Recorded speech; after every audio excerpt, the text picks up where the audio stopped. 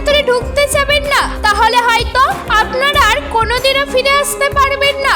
এই গুহাটি কোথায় অবস্থিত সেটি জানার আগে চ্যানেলটি সাবস্ক্রাইব করুন। তাহলে চলুন আমরা জেনে আসি। এটি হলো জম্মু কাশ্মীরের শিবখড়ি গুহা, যেটি মহাদেব তার ত্রিশূল দিয়ে ছিদ্র করে খুঁড়ে তৈরি করেছিলেন বলে বিশ্বাস করা হয়। কথিত আছে দাপর যুগের সাধু সন্ন্যাসীরা ঠিক এই গুহা দিয়ে সোজা অমরনাথ যেতেন। এই গুহার ভেতরে প্রবেশ করলে প্রথমে মহাদেবের একটি শিবলিঙ্গ দেখতে পাওয়া যায়, যার ওপর পাহাড়ের ওপর দিক থেকে জল ঝরে পড়ে। এরপরে গুহার আরো ভেতরে গেলে গুহাটি দুই ভাগে ভাগ হয়ে যায়, যার প্রথম ভাগটি সোজা অমরনাথের দিকে যায়, যেটি এখন সম্পূর্ণভাবে বন্ধ হয়ে গেছে। আর দ্বিতীয় ভাগটি ঠিক কোথায় যায় তা আজ পর্যন্ত কেউ জানেন না।